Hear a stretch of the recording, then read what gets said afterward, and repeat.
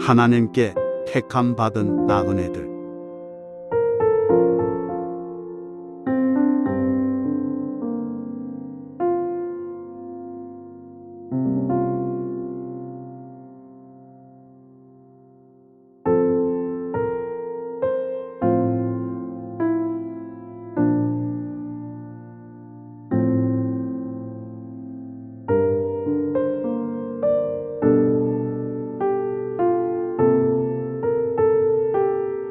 사도 베드로는 로마의 관할 아래 있는 소아시아 네 지역에 있는 그리스도인들을 향해 편지를 보냈습니다. 그는 스스로를 예수 그리스도의 사도라고 소개합니다.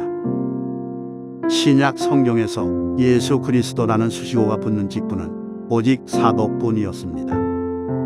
그들은 예수 그리스도와 함께하며 그분의 말씀을 직접 듣고 부활을 목격했습니다. 따라서 그리스도께서 보낸 자로서 그들의 가르침은 그리스도께서 직접 말씀하신 것과 같은 권위를 지녔습니다. 오늘날 사도와 동등한 권위를 가진 직분은 존재하지 않지만 하나님께서 성도들의 유익을 위해 세운 사역자들을 통해 당신의 말씀을 전하신다는 사실을 기억하고 그들의 메시지에 귀를 기울여야 합니다. 베드로 사도는 수신자들을 나그네라 부릅니다. 그리스도인은 이 세상에 잠시 머물다가 하나님 나라라는 본향으로 가는 나그네입니다. 정처 없이 떠돌아다니는 나그네의 생활은 늘 불안하고 부족합니다. 그러나 베드로는 그리스도인들을 하나님의 택함을 받은 나그네로 부릅니다.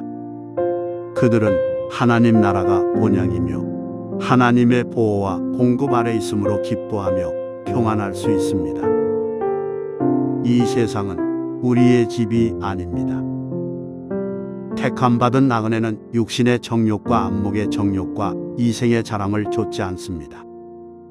그는 하나님이 주시는 은혜와 평강으로 삽니다. 광야와 같은 이 세상, 하나님의 은혜로운 보호와 공급이 늘 함께하기를 기도합시다. 오늘 그 보호와 공급을 경험하게 되시길 축복합니다.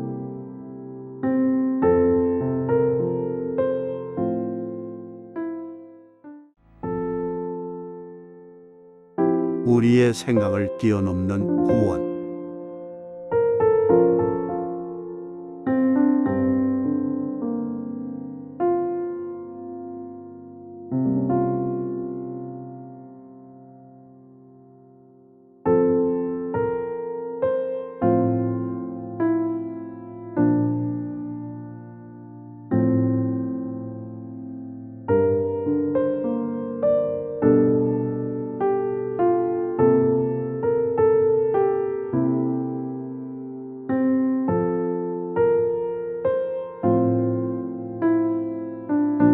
베드로는 우리를 구원하신 하나님을 찬양하자고 권면합니다. 하나님의 크신 긍휼로 인해 자격 없는 우리가 구원을 받았기 때문입니다. 하나님은 그리스도를 통해 우리 안에 믿음을 주시고 그 믿음을 완성하십니다. 능력으로 우리를 보호하사 끝까지 구원에 이르게 하십니다. 믿음으로 말미암아. 여기 믿음과 우리를 보호하시는 하나님의 능력의 관계가 드러납니다. 분명 하나님의 능력은 그분을 신뢰할 때에 역사합니다. 그러나 우리로 하여금 하나님의 능력이 나타나도록 그분을 의지하게 하는 믿음 역시 하나님께서 주십니다. 처음부터 끝까지 구원에 있어 우리의 어떤 행위도 공로가 되지 않습니다. 예수님을 믿는 순간부터 우리는 하나님 나라의 백성이 되지만 이 땅에서는 그 나라의 극히 일부만 맛볼 뿐입니다. 하나님의 백성으로 신분이 바뀐 우리에게 주어질 모든 축복들은 미래에 맞게 될 최종적인 구원에서 마주하게 될 것입니다. 이 땅에서 누리는 하나님 자녀의 삶도 큰 축복이지만 성도는 그 축복을 온전하고 풍성히 누리게 될 미래의 삶을 소망하게 됩니다. 하나님을 더욱 알수록 주님을 얼굴과 얼굴로 배울 날이 가까워질수록 이 소망은 더욱 커져갑니다. 하나님 나라의 삶은 어떨까요? 당신이 무엇을 상상하든지 그것을 훨씬 뛰어넘을 것입니다. 하늘의 삶에 소망을 가지십시오.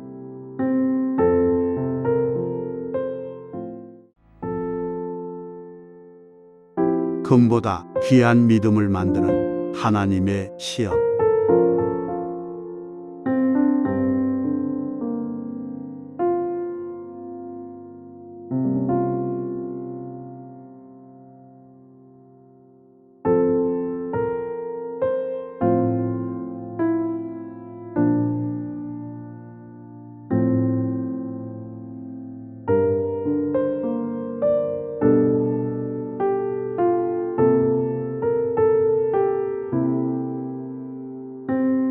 베드로는 성도들이 여러 가지 시험으로 근심하게 된 것에 기뻐한다고 말합니다.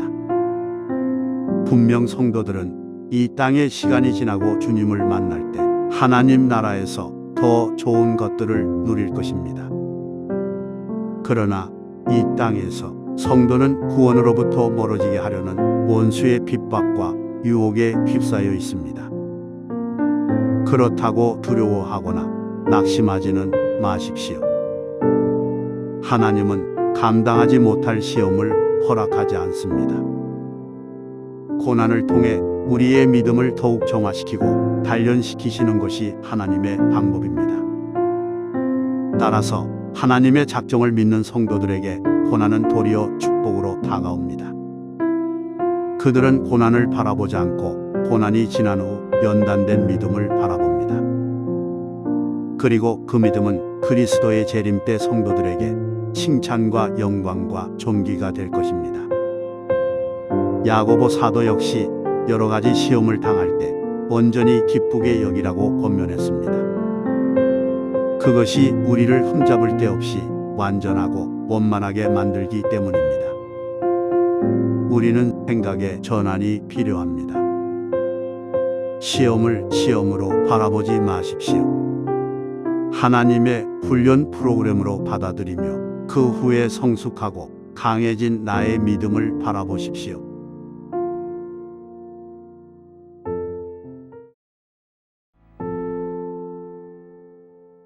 예수님을 향한 사랑과 믿음은 붙어 있습니다.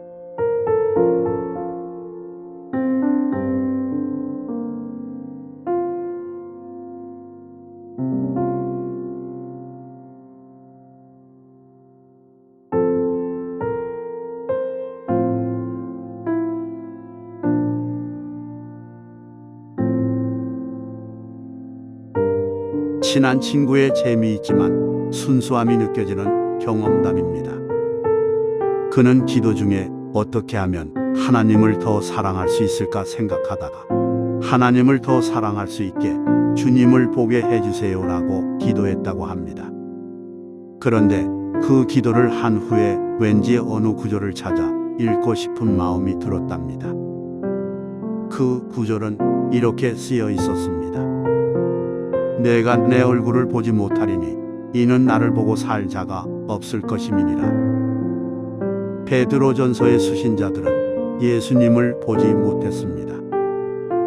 그러나 그들은 베드로가 전한 복음을 통해 그리고 그들 안에 역사하시는 성령을 통해 예수님과 교제하고 있습니다. 성도는 육의 눈으로 예수님을 보지 못합니다. 그러나 말씀과 성령을 통해 예수님을 봅니다. 주를 본다는 표현은 주님과 인격적 교제를 나눈다는 의미를 포함합니다. 우리를 창조하신 하나님, 자격 없는 우리를 구원하시고 영원하고 완전한 축복을 주시는 주님과 교제하는 것만큼 크고 영광스러운 즐거움은 없습니다. 주님과 사랑의 교제를 나누는 주님의 신부, 그가 바로 영혼의 구원을 받는 사람입니다. 사도 바울은 만일 누구든지 주를 사랑하지 아니하면 저주를 받을지어다 라는 무서운 선언을 합니다. 그러나 사실입니다. 주님에 대한 신뢰와 사랑은 함께 붙어 있습니다.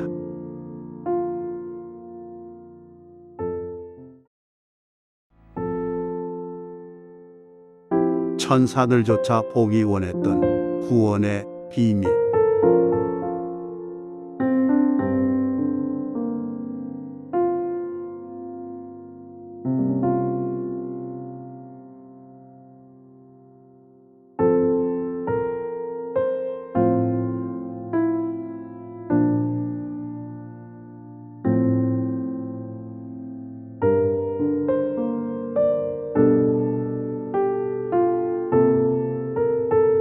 베드로는 하나님 자녀의 지위와 그들이 받게 될 축복이 얼마나 큰지를 말합니다.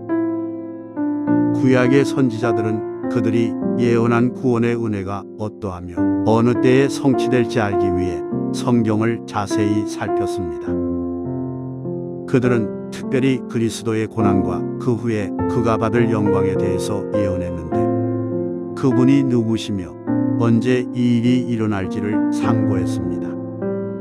선지자들의 이 모든 수고는 지금 이 글을 읽고 있는 성도들을 위함입니다. 선지자들은 하나님의 구원 계획을 신미하게 알았으나 마침내 성령은 복음을 전하는 자들을 통해 구원 계획을 분명히 드러냈습니다. 바로 예수님이 그리스도시며 그의 십자가 사건과 그가 세우신 교회를 통해 하나님의 구원 계획이 성취되고 있음을 말입니다.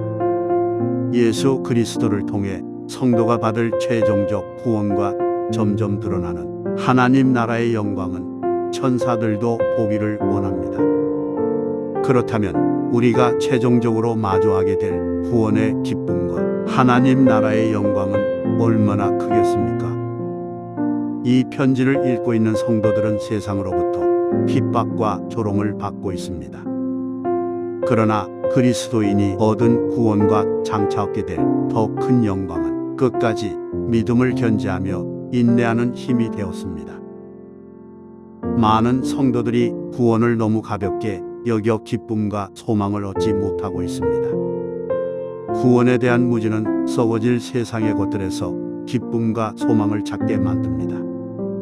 구원의 참 의미를 깨닫게 되기를 바랍니다.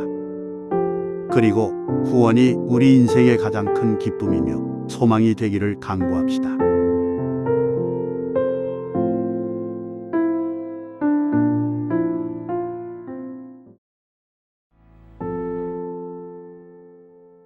내가 거룩하니 너희도 거룩할지니라.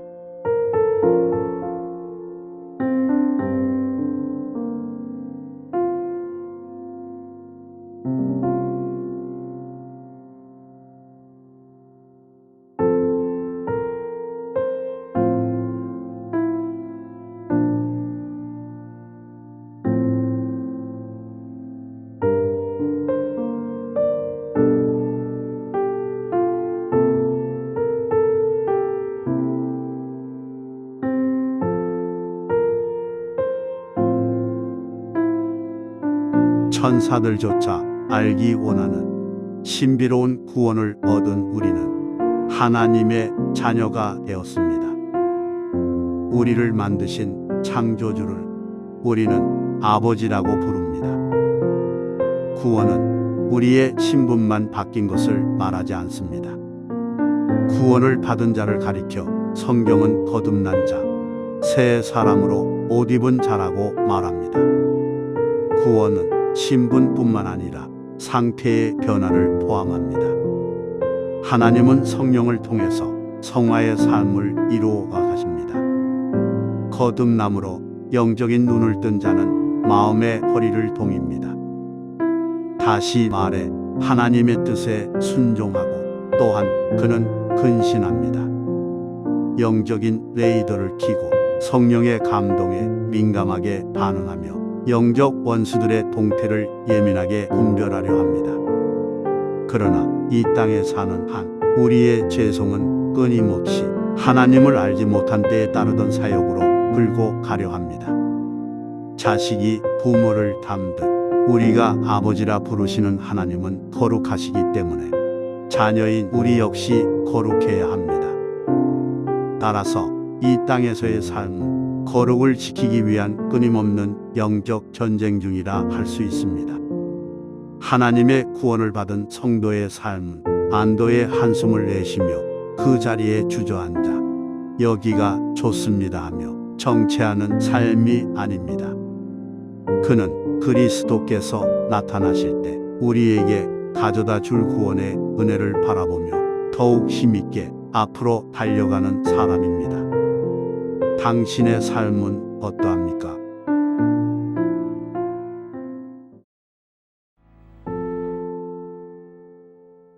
우리가 의지해야 할 심판자이신 하늘 아버지.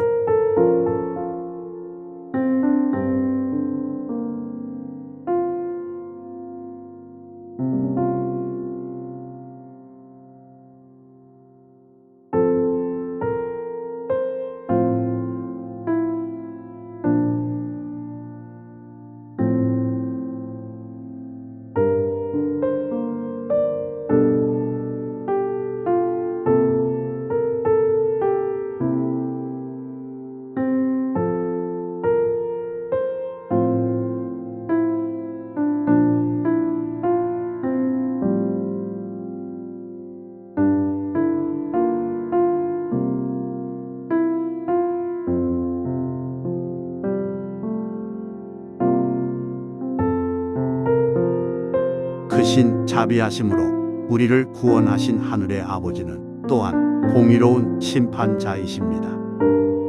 하나님은 우리를 사랑하신다고 죄를 간과하시지 않습니다. 공의로우시기에 외모를 보시지 않고 각 사람의 행위대로 심판하십니다. 그리스도를 믿지 않는 자는 영원한 형벌을 내리실 것입니다. 성도가 하나님의 심판을 받는다는 것이 구원의 취소를 의미하진 않습니다. 그러나 주님은 용광로의 불로 금속의 불순물을 제거하시듯 우리를 다루십니다. 주님은 사랑이 많으신 아버지시지만 동시에 공의로우신 심판주이십니다. 우리는 하나님을 사랑하며 동시에 두려워해야 합니다. 성경은 이런 태도를 가리켜 하나님을 경외한다고 말합니다. 우리를 구속하기 위한 대가로 지불된 그리스도의 대속의 가치는 무한합니다. 영원 전부터 성자 하나님은 고난받는 종, 세상 죄를 지고 가는 하나님의 어린 양으로 이 땅에 오시기로 계획되었습니다. 그리고 하나님은 세상 죄를 지고 죽으신 그리스도를 살리고 그에게 영광을 주셨습니다. 이렇게 우리의 구원을 치밀하게 계획하시고 이루신 하나님은 우리가 의지할 유일한 대상이십니다. 우리의 믿음과 소망의 대상이 되시는 주님께 기대십시오.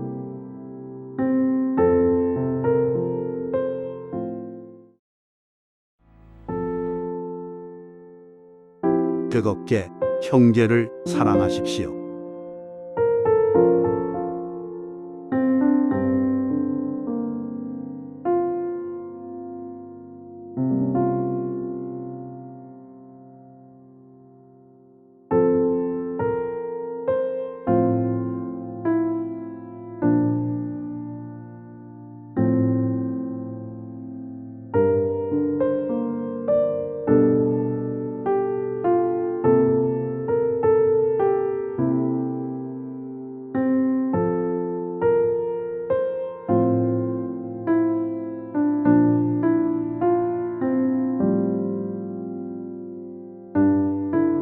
사도들을 통해 성도에게 전해진 복음은 세세토록 있을 하나님의 말씀입니다. 이 말씀으로 성도들은 그리스도 안에서 거듭났습니다. 구원받은 신자들은 그리스도의 보배로운 피로 영혼의 깨끗함을 받았습니다. 그리고 그들 안에 성령께서 살고 계십니다. 성령은 성도 안에 계셔 하나님의 계명을 지키도록 역사하십니다. 새 계명을 너희에게 주노니 서로 사랑하라. 내가 너희를 사랑한 것 같이 너희도 서로 사랑하라. 거듭난 하나님의 백성은 영적 형제인 다른 그리스도인을 사랑하라는 주님의 명령을 지킬 수 있습니다. 그들은 이 땅에서뿐만 아니라 영원한 하나님 나라에서 함께 살 영원한 나의 가족입니다. 하나님의 말씀이란 썩지 않는 씨앗이 우리 안에 심겨졌습니다. 영원한 그 말씀으로 우리는 하나님 나라의 백성이 되었습니다. 하나님의 백성은 그 나라에서 누리는 친밀하고 영원한 사귐을 이 땅에서 보여주는 자들입니다. 이 친밀한 사랑의 공동체가 바로 교회입니다. 하나님의 나라는 사랑의 나라입니다. 적당히 내가 희생하지 않을 만큼 사랑하는 자기 중심적인 나라가 아닙니다. 하나님이 보이신 아가페 사랑을 적극적으로 실천하는 공동체 중심의 이타적인 나라입니다.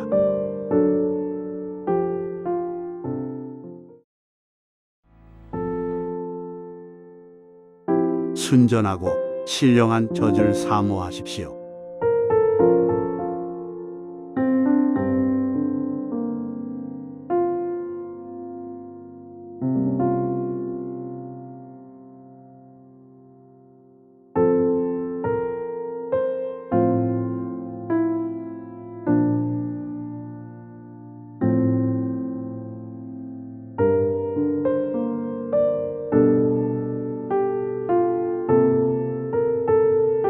베드로는 모든 악독과 기만, 외식과 시기와 비방을 버리라고 권면합니다.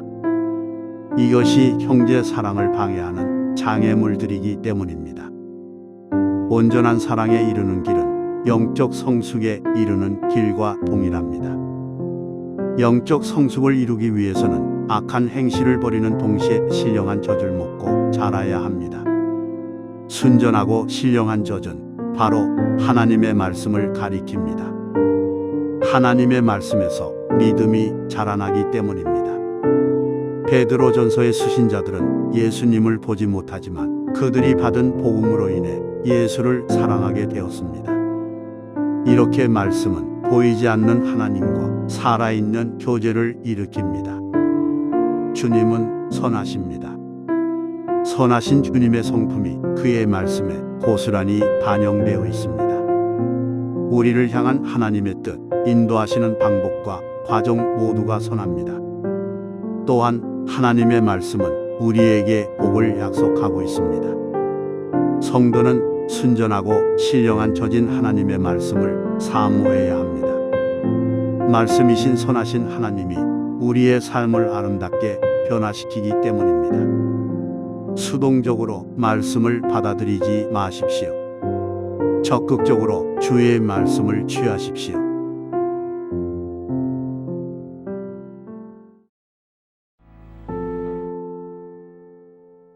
하나님의 신령한 집, 거룩한 제사장.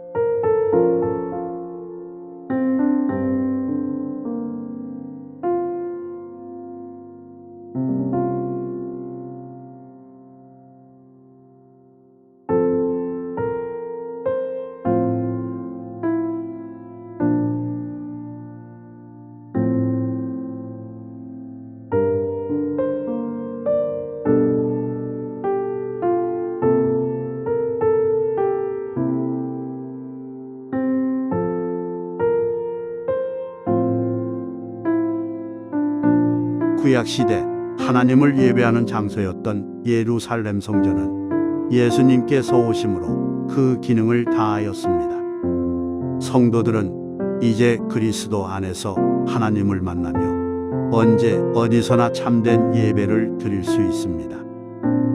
보배로운 산돌은 하나님의 신령한 집이 되신 그리스도를 의미합니다. 성도들은 그리스도께 나아감으로써 신령한 집으로 세워지며 거룩한 제사장이 됩니다.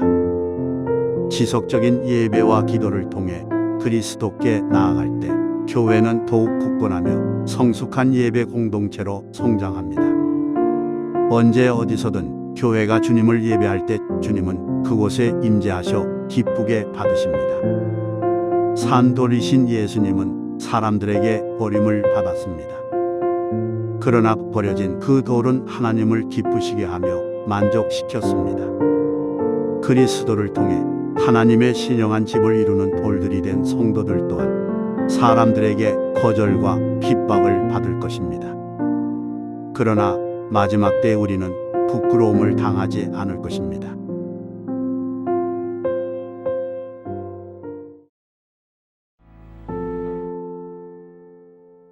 성도의 고난과 박해는 하나님의 통제 아래 있습니다.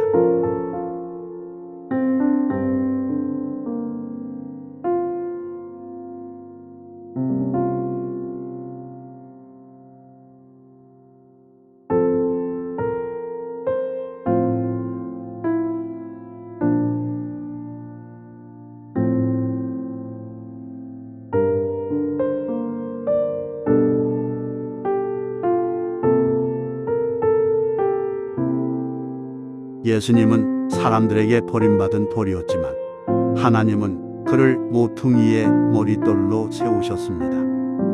성도들은 예수님으로 인해 부끄러움을 당하지 않게 되었습니다. 예수님은 믿는 자들의 명예가 되십니다. 그러나 이 머릿돌은 믿지 아니하는 자들에게는 부딪히는 돌, 걸려 넘어지게 하는 바위가 됩니다. 예수님은 그를 거부한 바리새인과 대제사장들에게 무릇 이 돌 위에 떨어지는 자는 깨어지겠고 이 돌이 사람 위에 떨어지면 그를 가루로 만들어 흩으리라고 엄하게 경고하셨습니다. 중요한 사실은 구원받을 자뿐만 아니라 말씀을 순종하지 않아 넘어지는 자들까지도 예정하셨다는 점입니다. 이 편지를 읽는 성도들을 박해하는 그들 역시 하나님이 정하셨습니다. 성도들이 받는 모든 고난은 하나님의 통제 아래 있습니다. 구원의 완성을 이루실 하나님은 성도가 받는 고난의 뒤에서 그것을 통제하시고 그들의 피할 길을 열어주실 것입니다. 지금 우리가 받는 고난도 모두 하나님의 계획 아래 있습니다. 낙심하지 말고 선하신 하나님을 신뢰하십시오.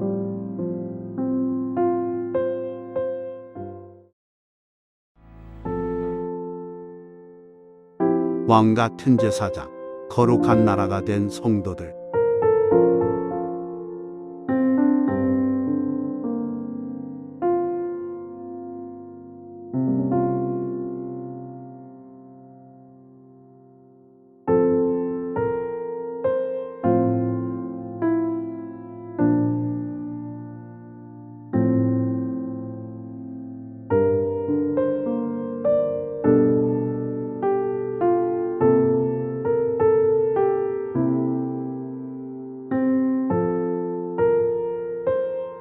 모퉁이의 머릿돌 대신 예수 그리스도에 걸려 넘어진 자들과 달리 성도들은 그리스도를 믿었습니다. 이제 하나님은 과거 이스라엘 민족을 선택하사 이루시려 했던 궁극적인 목적을 이들을 통해 성취할 것입니다. 이들이 바로 새 이스라엘, 참 이스라엘입니다. 하나님께서 성도들을 어두움에서 불러내신 것은 그들을 기이한 빛에 들어가는 것만을 위함이 아닙니다. 궁극적으로 하나님의 아름다운 덕을 선포하게 하기 위함입니다. 하나님의 백성이 된 성도들 역시 하나님의 긍휼을 받기 전까지는 어두움에 있었습니다. 어떤 방법으로도 뚫고 나올 수 없는 어둠 속에 빠진 우리를 기이한 빛으로 들어가게 하신 하나님을 어찌 찬양하지 않을 수 있겠습니까? 성도는 구원받았다는 사실에 만족하지 않으며 그럴 수도 없습니다.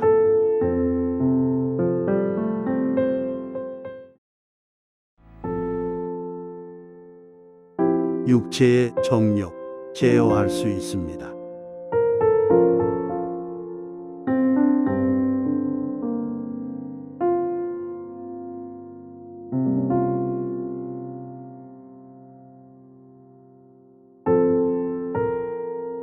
하나님 나라를 본향으로 하는 그리스도인들에게 이 땅의 삶은 자신의 집을 잠시 떠나온 나그네의 삶과 같습니다. 거룩한 하늘 아버지가 거룩하시니 자녀된 우리 역시 거룩함이 요구됩니다. 그러나 인간의 죄성은 아버지의 거룩함을 본받지 못하게 방해합니다.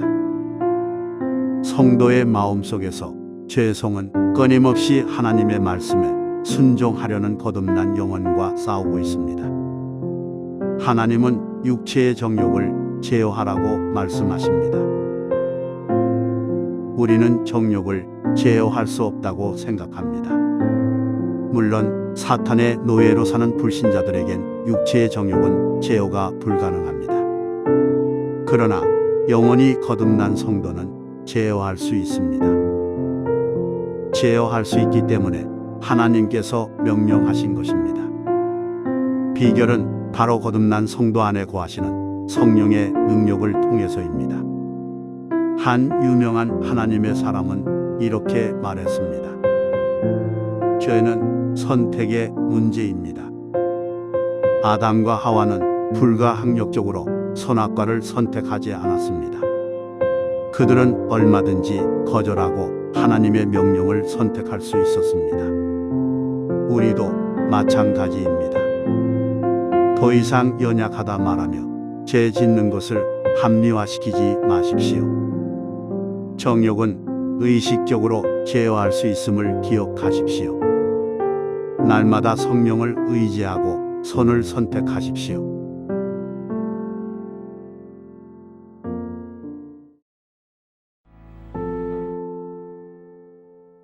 선한 행실로 우리 안에 빛을 드러내십시오.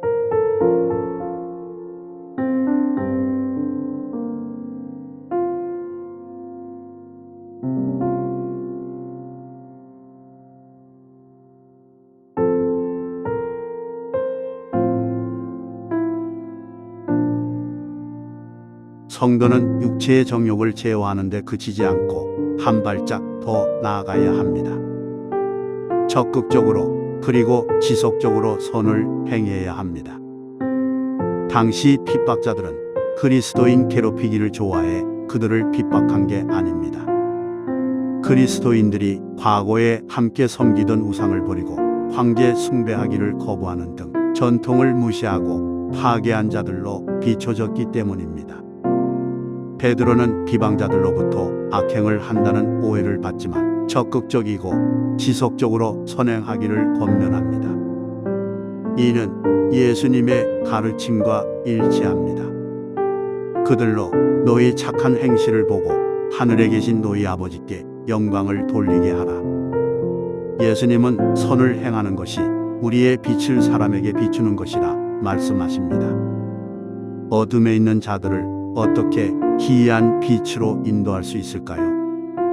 우리 안에 있는 빛을 그들에게 비추면 됩니다. 교인들의 위선적인 모습에 실망해 교회를 떠나는 이들이 많다는 설문조사 결과는 베드로의 권면을 떠오르게 합니다. 하나님은 정하신 때에 오셔서 우리의 행실을 통해 영광을 받으실 것이라고 말씀하셨습니다.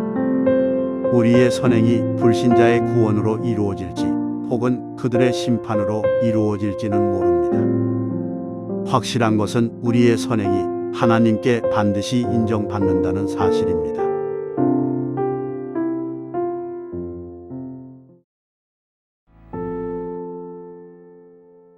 주를 위해 주 안에서 제도들에 순종하십시오.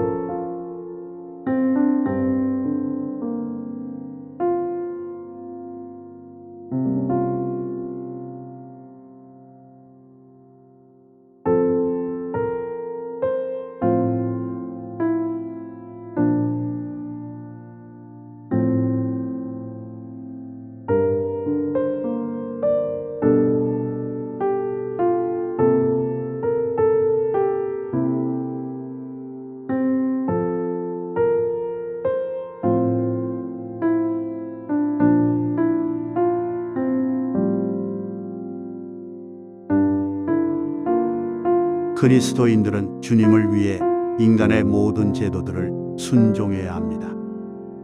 하나님은 세상의 질서를 유지하기 위해 제도들을 만드셨습니다. 바울은 모든 제도에 순종하며 권세자들에게 복종하라고 말합니다. 그들은 하나님의 사역자로서 선을 베푸는 자를 칭찬하고 악한 자를 징계합니다.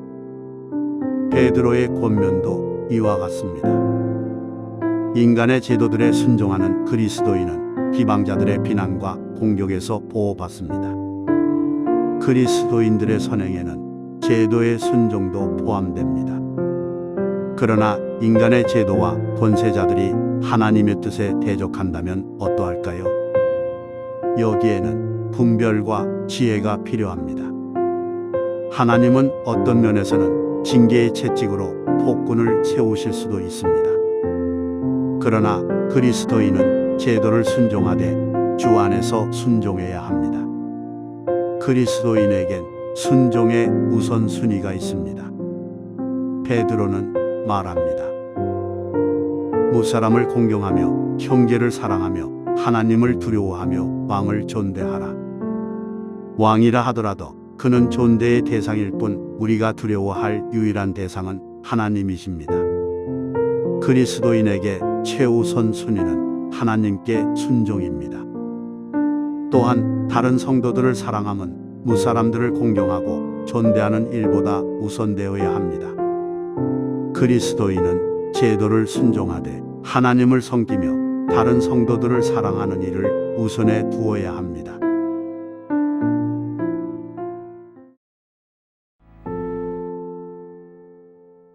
성도는 주인에게도 순종합니다.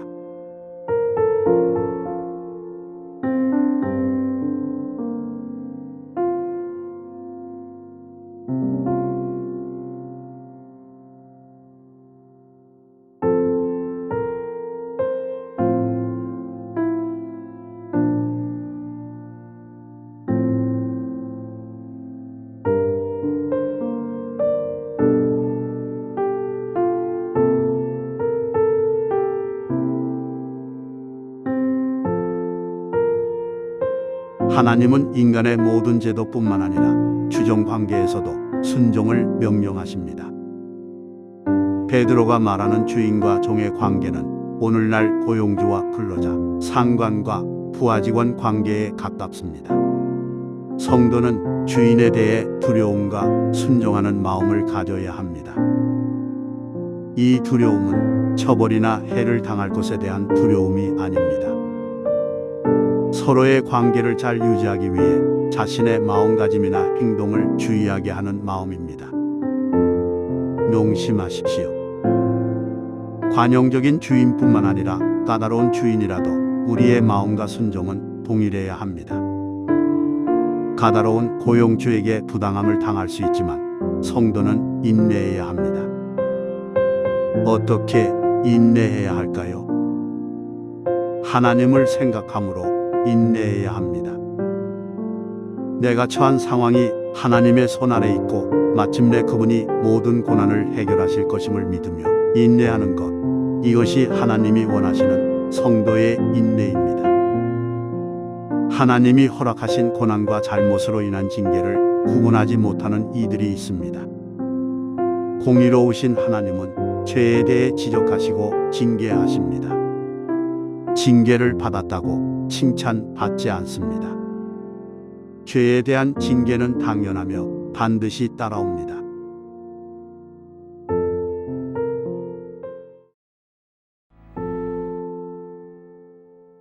이를 위하여 너희가 부르심을 받았으니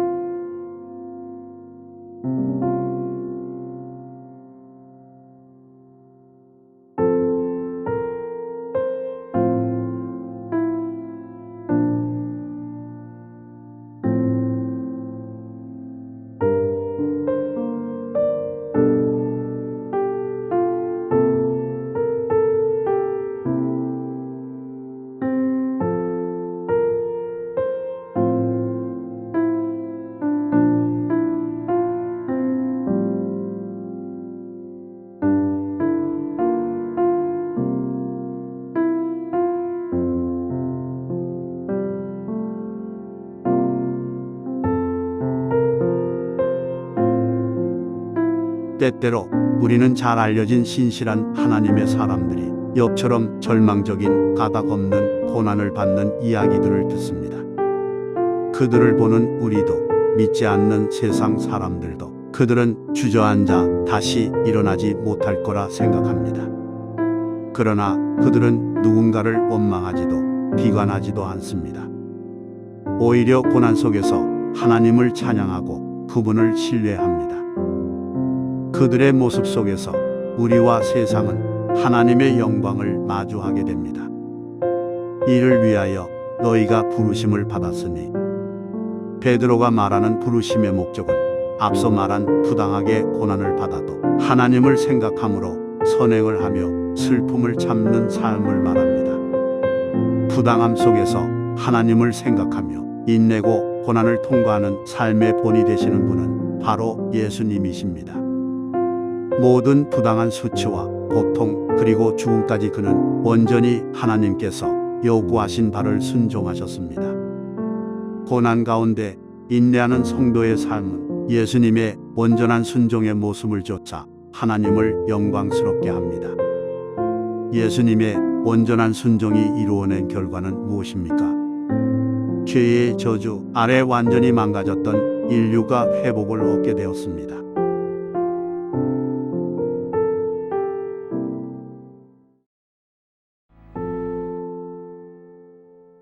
아내들이여, 남편에게 순종하십시오.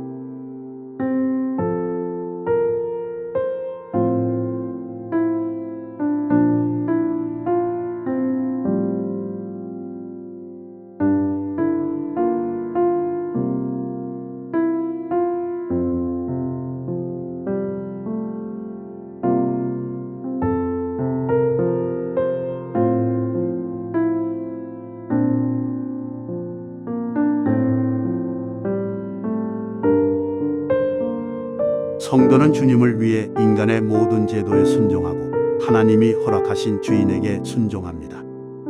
남편 혹은 아내에 대하여도 성도는 주를 위해 바른 관계를 가져야 합니다. 자기 남편에게 복종하라는 베드로의 권면은 여성들에게 불편하게 들릴 수 있습니다. 하나님은 가정의 질서를 세우셨습니다. 남편과 아내 모두 하나님 앞에 동등하나 주님은 가정을 보호하고 중요한 사안을 결정하는 의무를 남편에게 주셨습니다. 이는 건강한 가정을 이루게 하는 질서이지 서열을 의미하는 것이 아닙니다. 베드로는 아내의 순종이 말씀을 순종하지 않는 불신자인 남편을 구원에 이르게 할 수 있다고 말합니다. 아내의 순종은 남편의 말을 종처럼 수행하는 게 아닌 그리스도 안에서 하나님이 기뻐하시는 선한 행실이 전제된 순종을 말합니다. 결혼하면 외모는 3년이라는 우스갯소리가 있습니다. 아내의 진정한 아름다움은 외모가 아닌 내면의 얼굴에 있음을 가리키는 말입니다. 아내가 내면을 아름답게 단장하면 남편은 아내에게서 하나님을 봅니다. 복음을 전하는 것보다 아내의 선한 행실이 남편의 구원에 더 큰 영향력을 준다고 베드로는 말합니다. 아브라함의 아내 사라를 포함한 성경 속 많은 믿음의 여인들이 그러했습니다. 사라가 하나님의 뜻에 순종하였던 한 불확실한 믿음의 여정 중에도 아브라함의 뜻과 결정에 순종한 모습은 믿음의 여성들에게 본이 됩니다.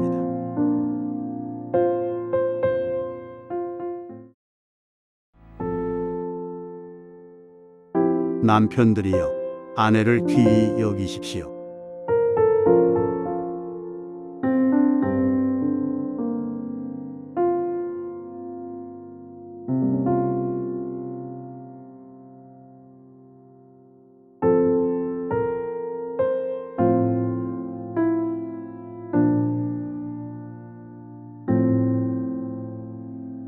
제 경험담을 짧게 나누고 싶습니다.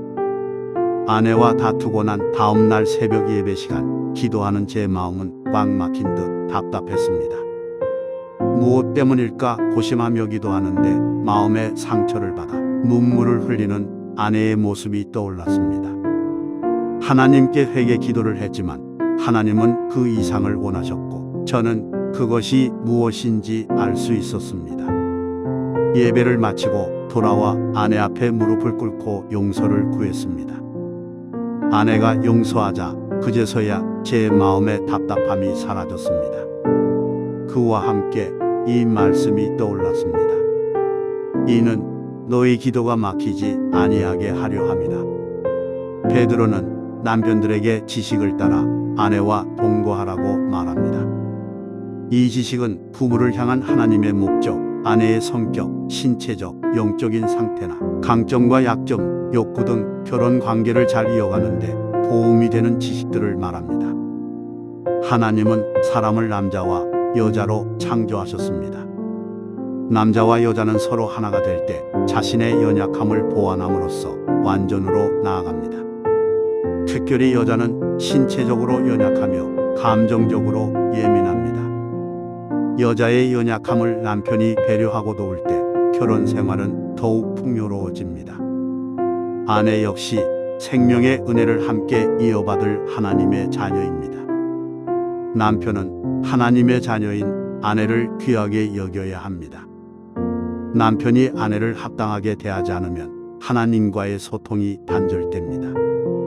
주님과 소통이 단절되는 것이 얼마나 괴로운 일입니까? 남편이 아내를 존귀하게 여길 때 하나님은 기뻐하십니다.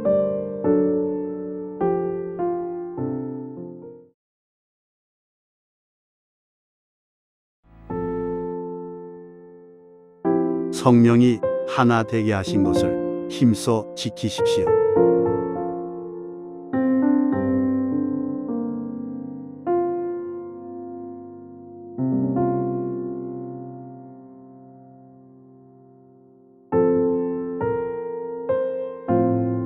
신약 성경에서 형제는 교회 공동체 내 다른 성도를 가리키는 단어입니다. 따라서 이 구절은 교회 공동체에서 가져야 할 태도를 말합니다. 바울은 베드로가 말한 교회 공동체에서 성도가 가져야 할 태도에 대해 더욱 효과적으로 서술했습니다. 마음을 같이하여 같은 사랑을 가지고 뜻을 합하며 한 마음을 품어 아무 일에든지 다툼이나 허용으로 하지 말고 오직 겸손한 마음으로 각각 자기보다 남을 낮게 여기고 각각 자기 일을 돌볼 뿐더러 또한 각각 다른 사람들의 일을 돌보아 나의 기쁨을 충만하게 하라. 교회만큼 각계각층의 사람들이 모인 공동체가 없습니다. 당시 유대인과 이방인, 주인과 종을 동등한 하나님의 백성으로 여기고 되었다는 것은 굉장히 파격적인 일이었습니다. 그러나 그만큼 교회 공동체에는 성도 간 여러 가지 갈등이 일어날 수 있습니다. 성도는 성령이 하나 되게 하심을 힘써 지켜야 합니다. 오늘날 분열과 갈등으로 몸살을 앓고 있는 한국 교회는 이 말씀을 주의 깊게 받아들여야 합니다.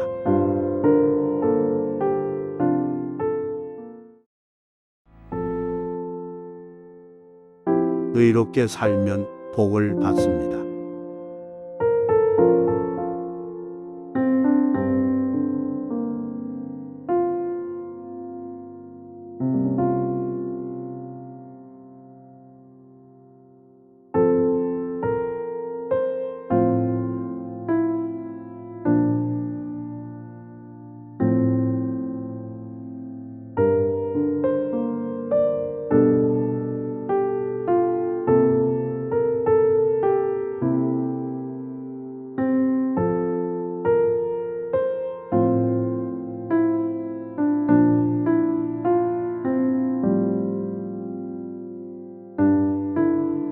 성도에게 요구되는 의로운 태도는 악행하는 자에게 똑같이 갚지 않고 도리어 복을 비는 것입니다. 이것은 예수님의 산상수훈과 악에게 지지 말고 선으로 악을 이기라는 바울의 가르침과 일맥상통합니다. 하나님은 성도가 고난과 핍박 속에도 의로운 삶 살기를 요구하십니다. 이러한 삶을 살도록 부르심을 받았습니다. 이는 복을 이어받게 하려 하심이라. 하나님께서 성도를 고난과 핍박의 자리에 초청하신 이유는 복을 주시기 위함입니다. 베드로는 시편 34편을 인용하여 의로운 삶의 대가로 주어지는 축복에 대해 이야기합니다. 하나님의 눈은 항상 의인을 지켜보며 그의 삶을 인도 보호하고 그의 필요를 적시에 채워줍니다. 사도 바울은 너희 몸을 하나님이 기뻐하시는 거룩한 산 제물로 드리라고 말합니다. 성도는 하나님이 기뻐하시는 삶을 적극적으로 살아야 한다는 뜻입니다. 하나님의 사람들 중에서도 눈에 띄게 축복을 누리는 사람들이 있습니다. 그들과 우리와의 차이가 무엇일까요? 한 끗 차이입니다. 그들은 성경이 말하는 의로운 삶을 적극적으로 삽니다.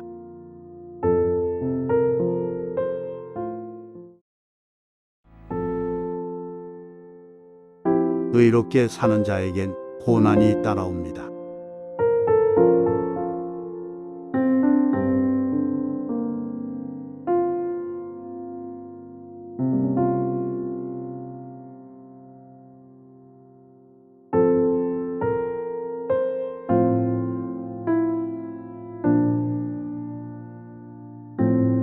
그리스도인들의 의로운 행실 자체가 비난과 비판의 대상이 될 수는 없습니다. 열심히 선을 행하면 해가 아니라 도리어 칭찬을 받는 것이 세상의 일반적인 이치입니다. 그러나 의로운 삶을 견지하기 위해 고난이 불가피한 때가 반드시 있습니다. 만약 당신의 일터가 악한 관행을 일삼고 있고 성령께서 이 일을 바로잡기를 요구하신다면 어떻게 되겠습니까? 이렇듯 악이 만연한 세상에서 빛과 소금으로 살아가는 성도에게 의를 위한 핍박은 불가피합니다. 예수님은 의인이 받는 고난과 핍박은 그 자체가 하나님 나라의 백성임을 보증하는 표지라고 하셨습니다. 바울은 무릇 그리스도 예수 안에서 경건하게 살고자 하는 자는 박해를 받으리라고 말했습니다. 의롭게 사는데 핍박이 찾아오지 않는 것이 오히려 이상한 일입니다. 의를 위해 핍박을 받는 자는 천국이 보장됨은 물론 현세에서 하나님의 복을 반드시 받을 것입니다. 이것이 우리에게 위안이 됩니다.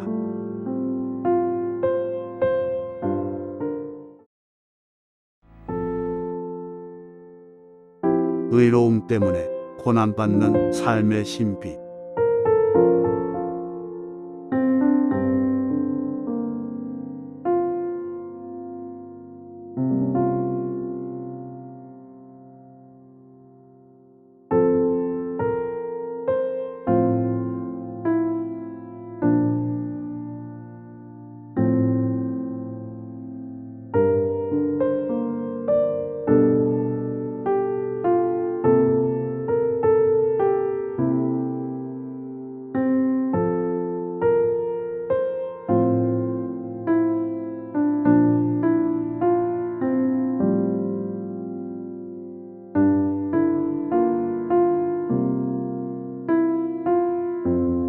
우리가 성도로서 의로운 삶 살기를 주저하게 만드는 것은 우리를 핍박하는 자들에 대한 두려움입니다.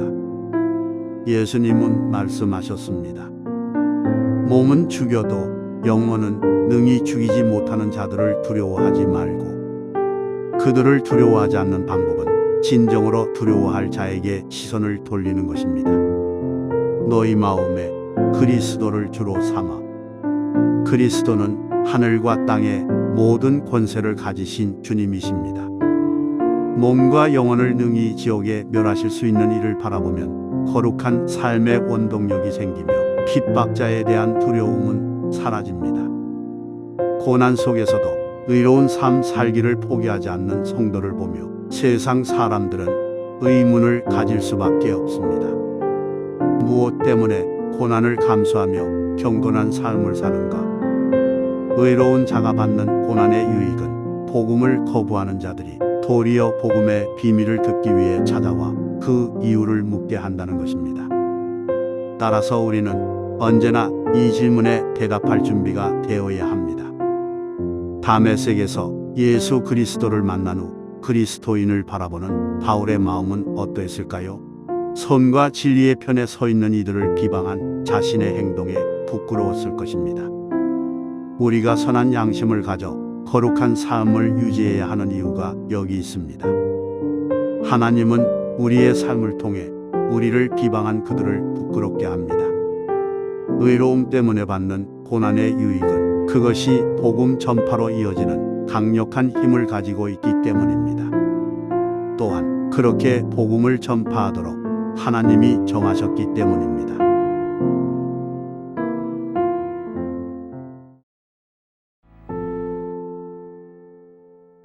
고난받는 의로운 삶으로 초대하는 예수님의 길.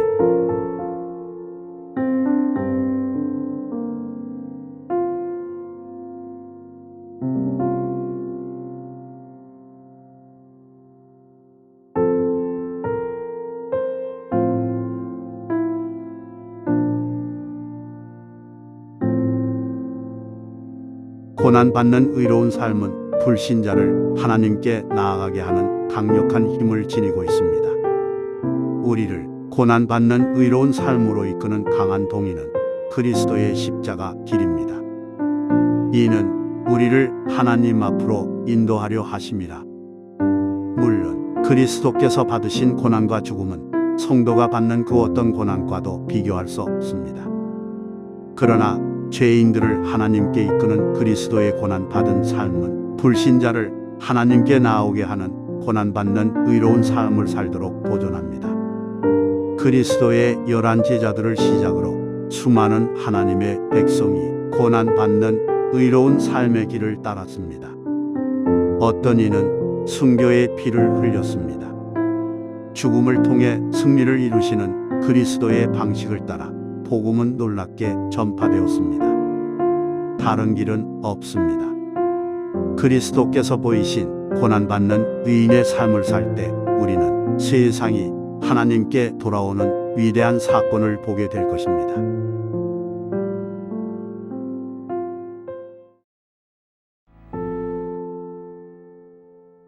거역하는 자들을 향한 그리스도의 선포.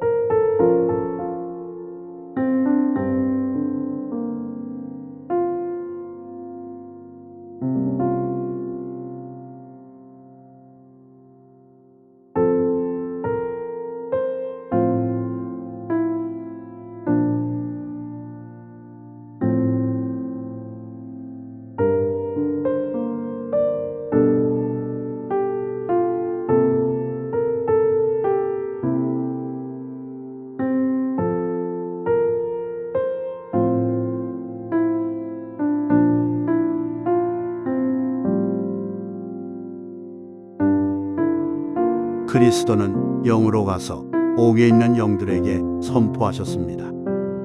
옥에 있는 영들은 누구이며 그리스도는 그들에게 언제 무엇을 선포하셨을까요? 그들은 노아가 살던 시절 그가 방주를 만들 동안 회개의 기회가 주어졌으나 복종하지 않았던 자들입니다. 그리스도는 당신의 영이신 성령을 통해 노아의 입을 열어 회개를 촉구했습니다. 그러나 그들은 노아를 통한 그리스도의 복음을 받아들이기를 거절했습니다. 그리고 지금도 지옥에서 영원한 형벌을 받고 있습니다. 노아는 의로운 삶 때문에 고난을 받은 대표적 인물입니다. 그런 그를 하나님은 심판의 때에 구원하셨습니다. 하나님은 성도는 노아처럼 고난을 받지만 마침내 구원을 얻게 될 것이니 계속해서 이 길을 걸어가라 권면하십니다. 예수님은 성도가 겪는 고난받는 의로운 삶을 통해 거역하는 자들에게 심판을 선포하며 회개를 촉구하십니다. 성도의 삶을 통한 그리스도의 외침에 회개하고 돌아오는 자는 구원을 받을 것입니다. 반면 거역하는 자들에겐 맹렬한 심판이 임할 것입니다.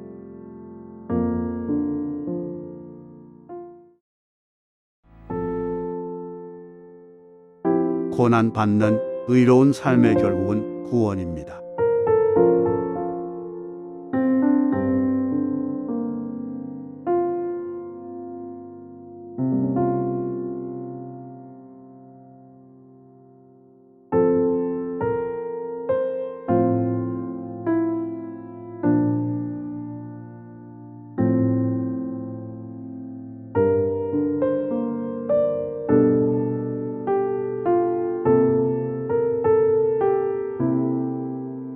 하나님은 고난받는 의로운 삶을 산 노아를 심판에서 구하셨습니다. 고난받는 의로운 삶을 살고 죽으신 예수 그리스도를 하나님은 다시 살리셨습니다. 의로운 삶을 살며 고난 속에 있는 성도 역시 하나님께서 반드시 구원하실 것입니다. 노아의 홍수 사건으로 인해 물은 심판을 상징했으나 그리스도의 부활로 물은 세례를 상징합니다. 마치 심판의 물속에서 노아가 방주 안에 들어가 보호를 받았듯 구원의 표인 세례를 받은 성도는 그리스도 안에 들어가 심판으로부터 보호를 받습니다. 그러나 세례라는 의식 자체가 죄를 씻는 구원의 효력을 가진 것은 아닙니다. 세례를 받는 성도가 가지는 하나님을 향한 선한 양심의 강구가 성도로 하여금 구원을 받게 합니다. 세례는 하나님께 드리는 선한 양심의 강구의 표현입니다. 하나님은 우리를 위해 죽으신 그리스도를 살리시고 당신의 우편에 앉히셨습니다. 따라서 그리스도와 연합된 성도 역시 영원한 죽음에서 건짐을 받고 하늘에 안게 되었습니다. 하나님의 우편에 앉아 있다는 것은 성도가 하나님의 권위와 힘을 행사하는 자임을 의미합니다. 더 이상 마귀를 두려워하지 마십시오. 당신은 예수 그리스도의 이름으로 마귀를 대적할 수 있으며 그는 당신의 말에 대기를 들어야 합니다.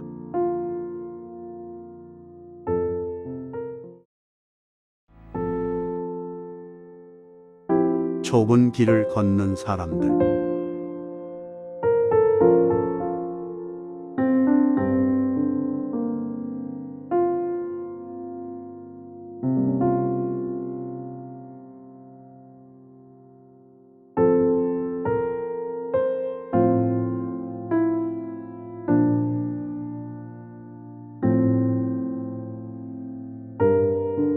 예수님은 하나님의 뜻을 따라 인류의 구원을 위해 육체의 고난을 받으셨습니다.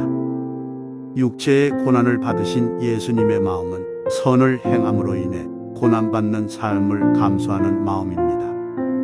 우리도 이러한 정신으로 마음을 무장하라고 베드로는 권면합니다. 그러나 이 땅에서 육체를 입은 성도가 어떻게 일체의 죄를 짓지 않을 수 있겠습니까? 그것은 불가능합니다.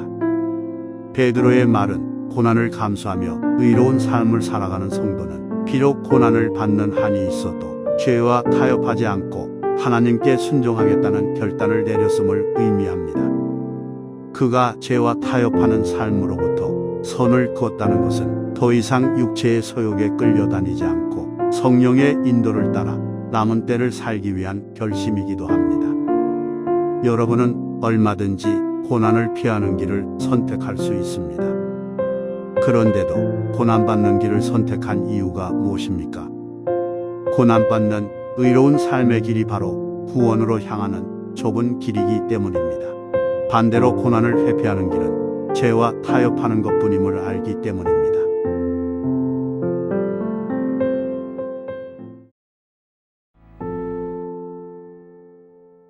죄악된 시간들은 지나간 때로 족합니다.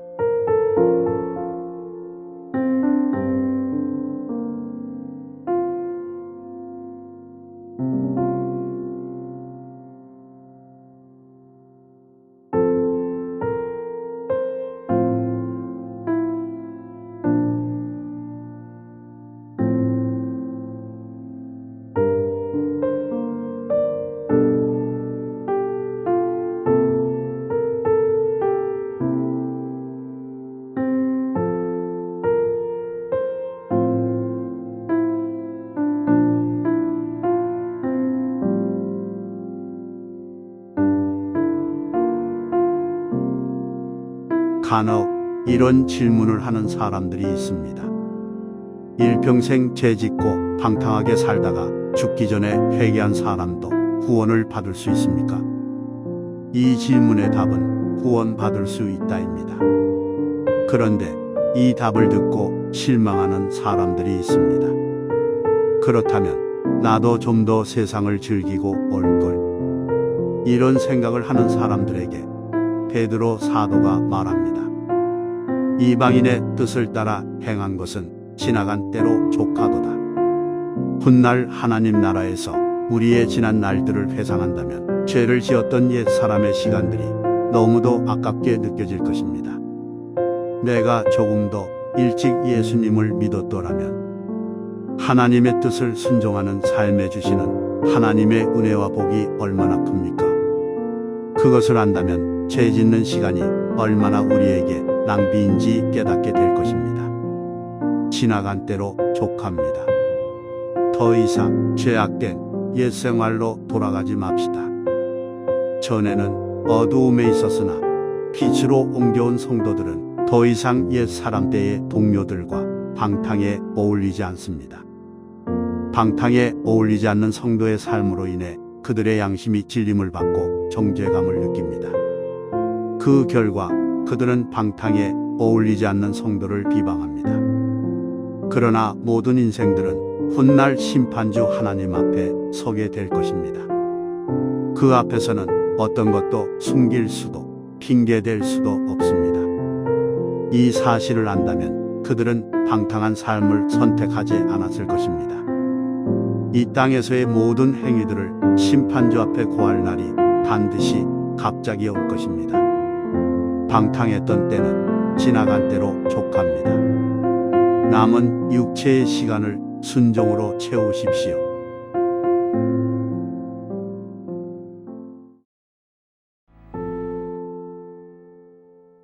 서로 뜨겁게 사랑하십시오.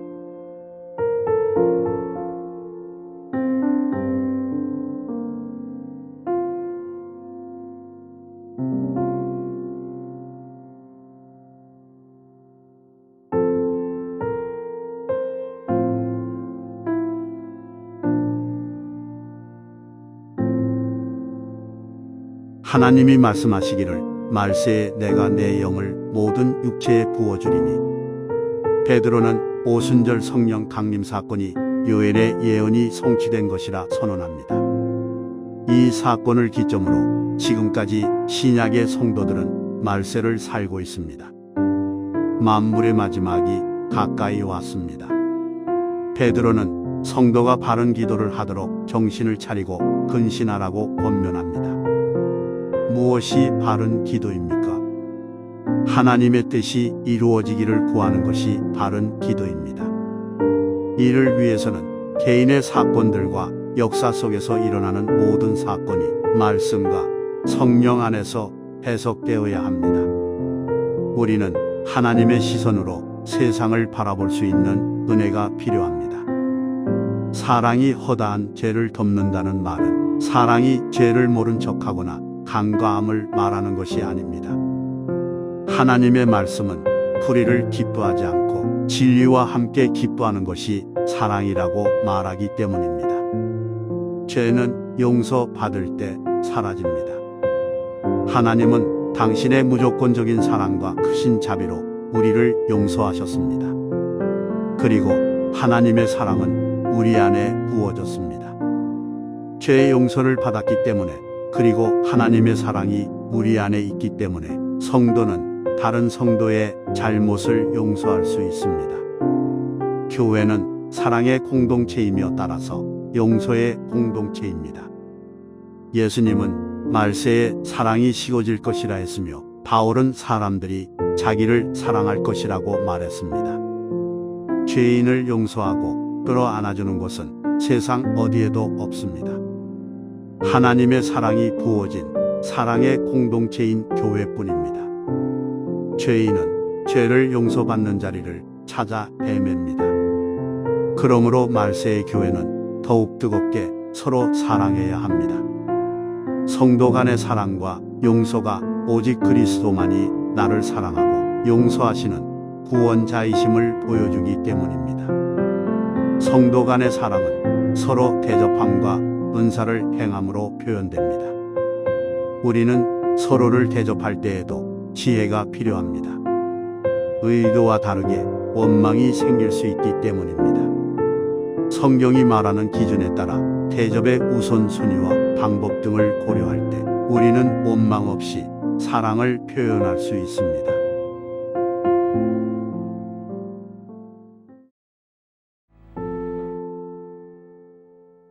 올바른 은사 사용법.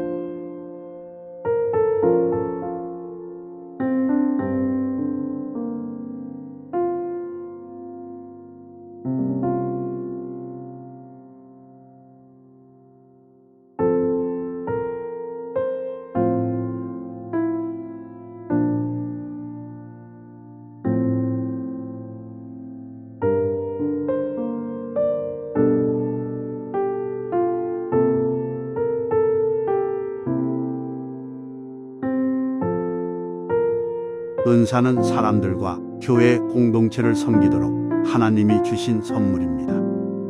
그러나 많은 사람들이 이러한 은사를 자신의 능력으로 여기며 자신을 높이기 위해 사용하다 비극을 맞이했습니다.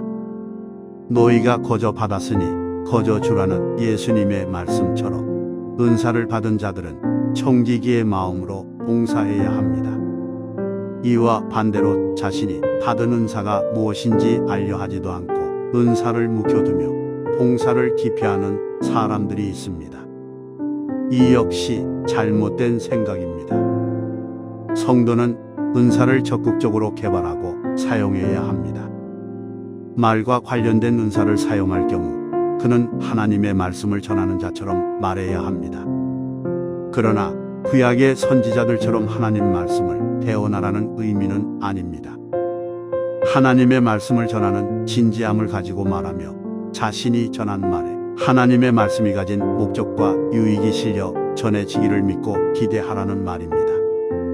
어린아이의 오병이어를 예수님이 축사하시자 남자 어른 5,000명이 먹고도 남는 기적이 일어났습니다. 이처럼 하나님의 능력은 우리가 가진 능력과 재원을 초월합니다. 은사는 하나님으로부터 기인하는 능력입니다. 하나님이 주시는 힘으로 봉사할 때 우리는 더 많은 이들을 효과적으로 섬길 수 있으며 누구도 이 일은 하나님께서 하셨음을 부정할 수 없을 것입니다. 하나님의 말씀을 말하든 말하고 하나님이 공급하시는 힘으로 봉사할 때 주님은 영광을 받으십니다.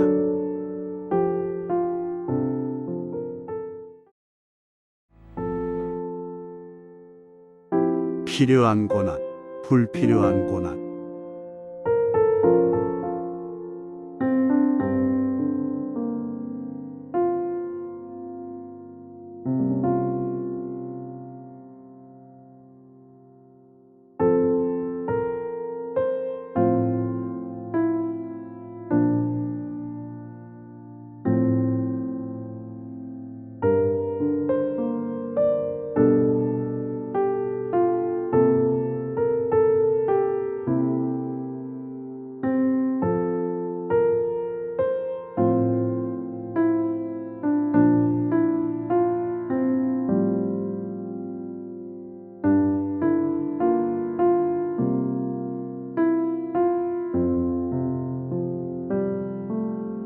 하나님은 고난을 사용하사 성도의 믿음을 견고하고 순결하게 하십니다. 예수님은 의를 위하여 박해를 받은 자는 복이 있나니 천국이 그들의 것임이라고 말씀하셨습니다.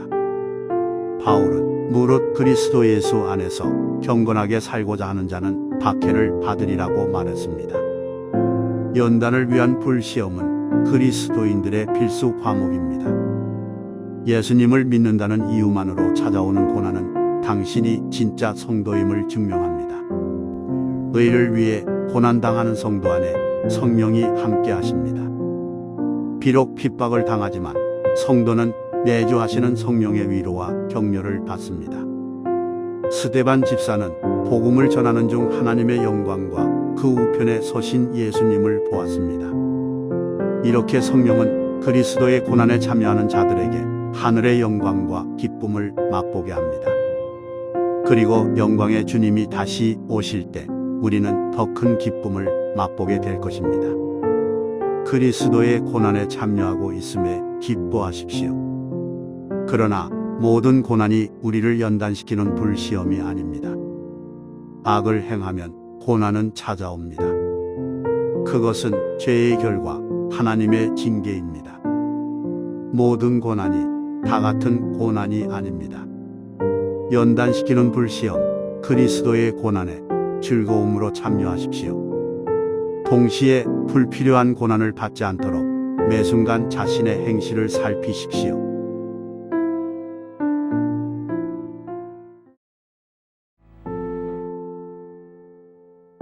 신실하신 창조주께 자신을 의탁하십시오.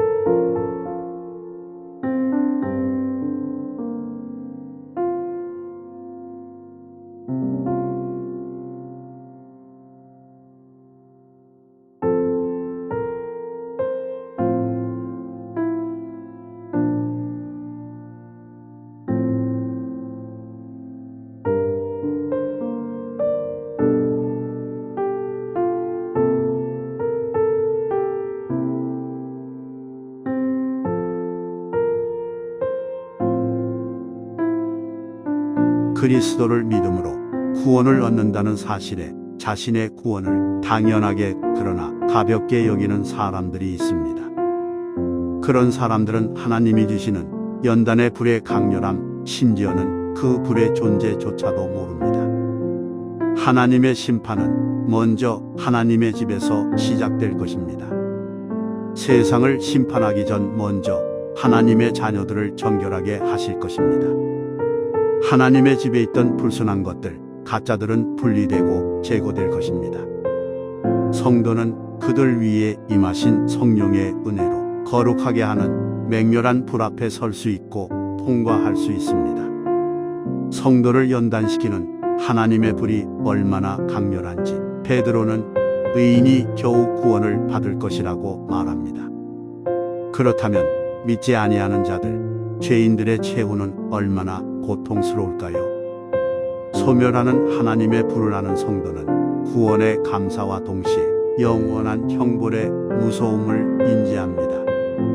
그는 끝까지 자신의 행실을 살피며 선을 행합니다.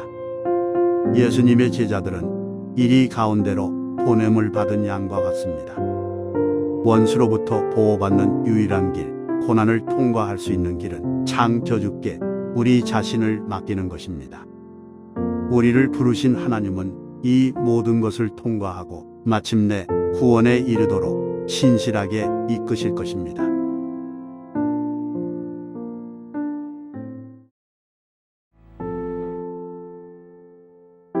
용서와 회복도 기한이 있습니다.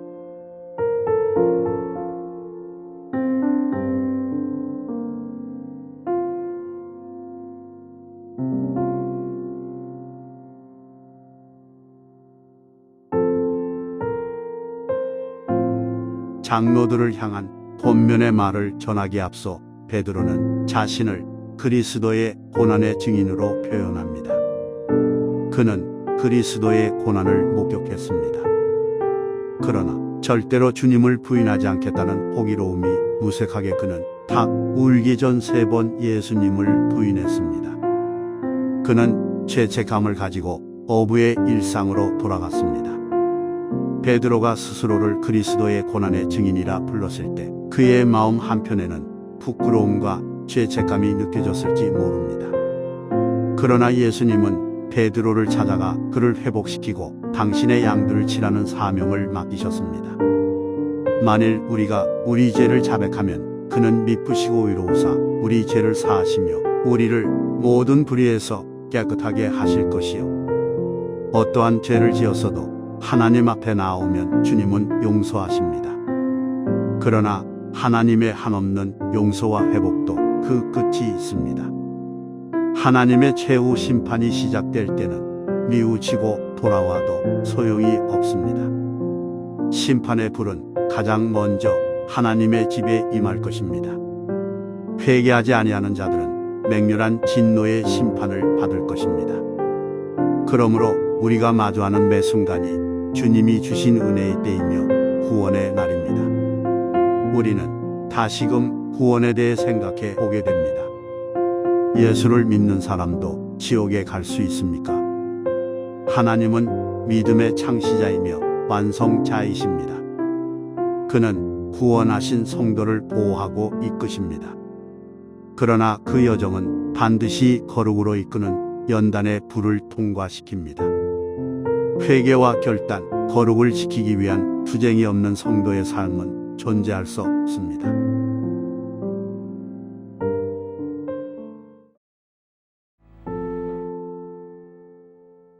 장로들을 향한 권면.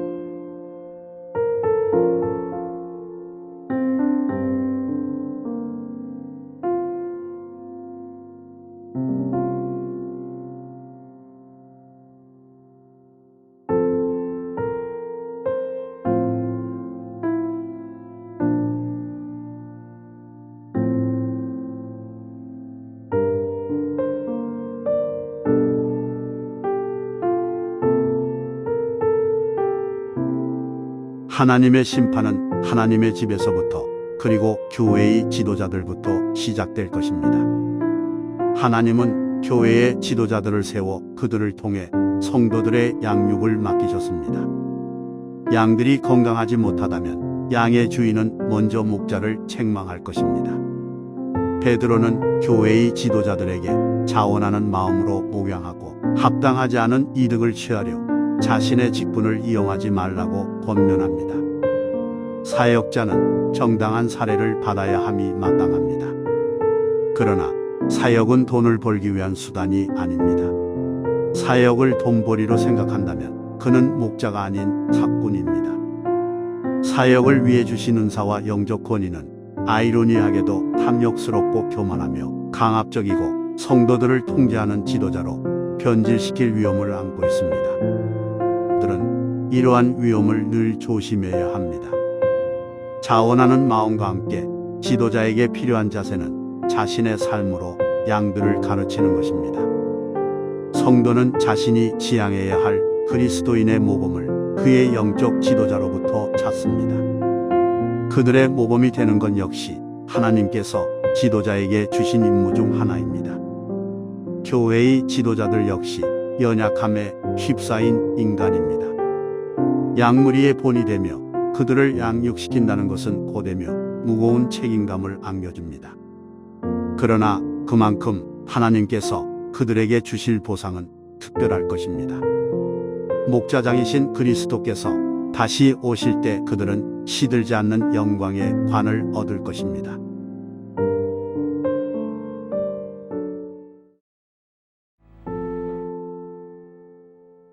성도들을 위한 권면.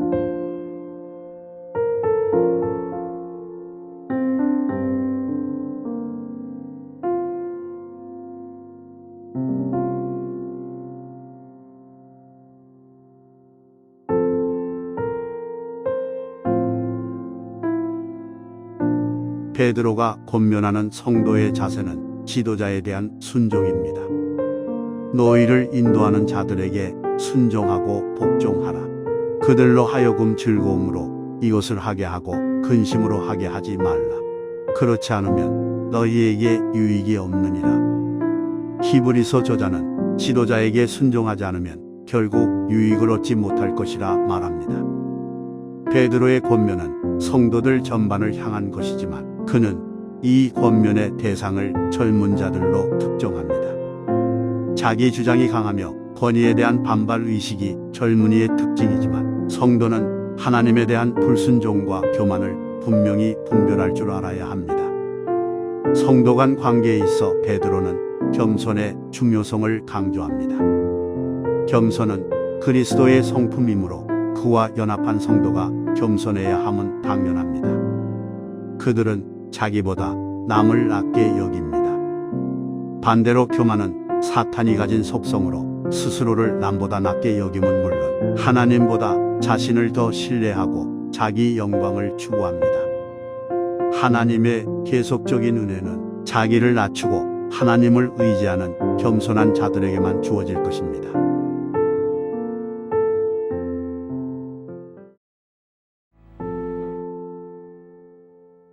영적 승진의 비결은 겸손입니다.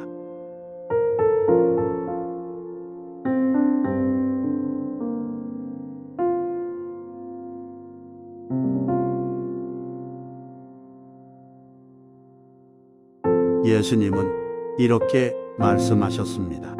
나는 마음이 온유하고 겸손하니. 그리고 사도 바울은 예수님에 대해 그는 근본 하나님의 본체시나 사람의 모양으로 나타나사 자기를 낮추셨다고 말합니다. 겸손은 예수님의 성품입니다. 성도가 누구보다도 겸손해야 할 대상은 바로 하나님입니다. 하나님 앞에 교만할 수 있는 자가 누가 있겠습니까? 그러나 많은 사람들, 심지어 하나님을 믿는다고 하는 사람들 중에도 하나님 앞에 교만한 자들이 많습니다. 하나님을 의지하지 않는 것, 그것이 바로 교만입니다. 나보다 남을 낮게 여기지만 하나님을 의지하지 않는 것은 자기 비하에 불과합니다. 겸손한 자는 자기의 부족을 인정하며 전적으로 하나님을 의지합니다. 겸손한 성도는 하나님의 성품과 능력, 그분의 뜻을 신뢰합니다. 의로운 자가 받는 핍박, 믿음의 연단을 위한 불시험 앞에서 그는 이 모든 것을 허락하신 하나님을 신뢰합니다. 겸손히 하나님을 의지하는 성도를 하나님은 가장 적합한 때에 높이실 것입니다. 영적 승진의 비결은 바로 겸손입니다.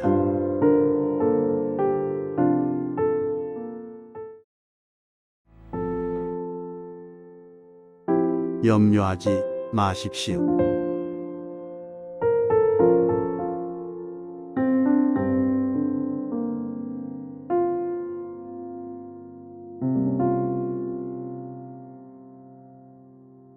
겸손은 자기를 낮추는 것뿐만 아니라 하나님을 의지하는 태도입니다. 하나님의 성품과 능력, 그분의 뜻을 신뢰하고 의지한다면 염려할 필요 없습니다. 아무것도 염려하지 말고 다만 모든 일에 기도와 간구로 너희 구할 것을 감사함으로 하나님께 아뢰라. 성경은 염려를 거부하라고 명령합니다. 세계적인 하나님의 종이었던 한 사역자는 걱정하는 것은 다른 어느 죄보다도 다루기가 어려우며 담배보다도 더 해로운 습관이라고 말했습니다. 염려가 어디에서 올까요? 하나님에 대한 신뢰가 사그라져 갈수록 불안과 염려는 더욱 커집니다. 그러나 예수님의 말씀처럼 염려한다고 우리의 키가 한치라도 더 커지거나 수명이 더 늘지 않습니다. 염려되어 하나님의 손 대신 내 손으로 해결하려 하면 오히려 하나님의 돌보심에서 벗어나게 됩니다. 겸손히 하나님께 맡길 때 우리는 하나님의 완벽한 돌보심을 경험하게 됩니다.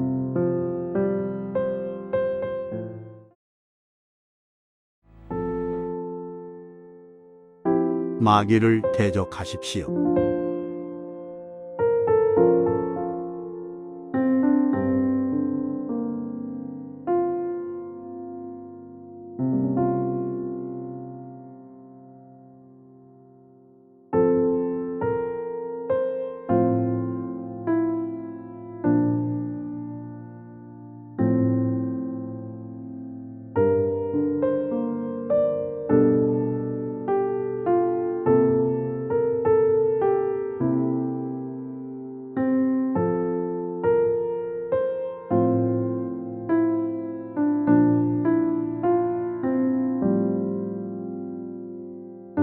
사람들은 형통과 번영, 문제 해결에 대한 메시지는 좋아하나 천국과 지옥, 영적 싸움에 대한 메시지는 불편해합니다. 베드로는 성도들에게 거룩한 긴장감을 줍니다. 대적 마귀가 굶주린 사자처럼 우리를 노리고 있기 때문입니다. 언제 갑자기 들이닥칠지 모를 마귀의 공격에 대해 성도는 언제나 경계 태세를 갖춰야 합니다. 주님은 우리에게 마귀를 대적하라고 명령하십니다. 이 말은 우리가 마귀를 대적하면 이길 수 있음을 의미합니다. 야고보 사도도 말했습니다. 마귀를 대적하라, 그리하면 너희를 피하리라. 동시에 이 명령은 마귀의 공격에 맞서 능동적, 적극적으로 저항하는 태도를 요구합니다.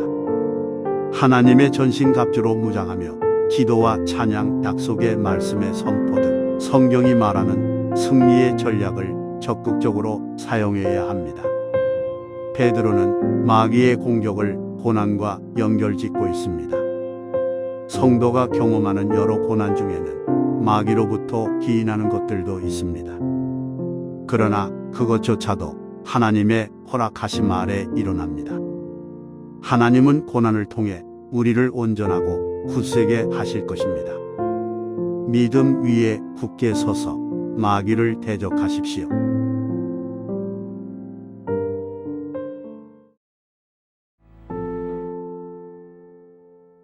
하나님의 은혜 안에 굳게 서십시오.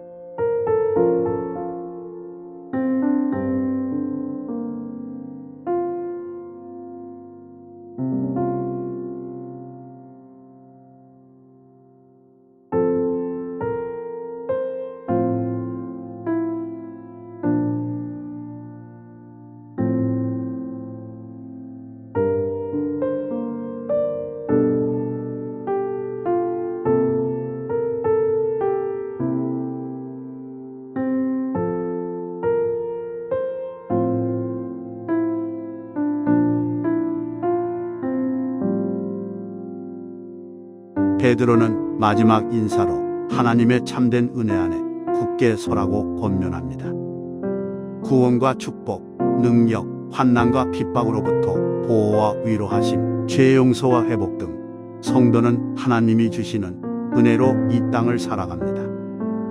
하나님은 주님을 신뢰하고 의지하는 자들에게 은혜를 베푸십니다.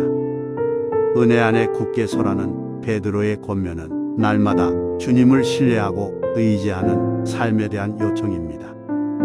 40년 광야 생활 동안 하나님은 이스라엘 백성에게 만나와 메추라기를 주셨고 반석에서 물을 내셨으며 그들의 옷과 신발은 낡거나 닳지 않게 하셨습니다. 이렇게 행하심은 하나님의 백성은 오직 하나님의 은혜로 살아감을 알게 하시기 위함이었습니다.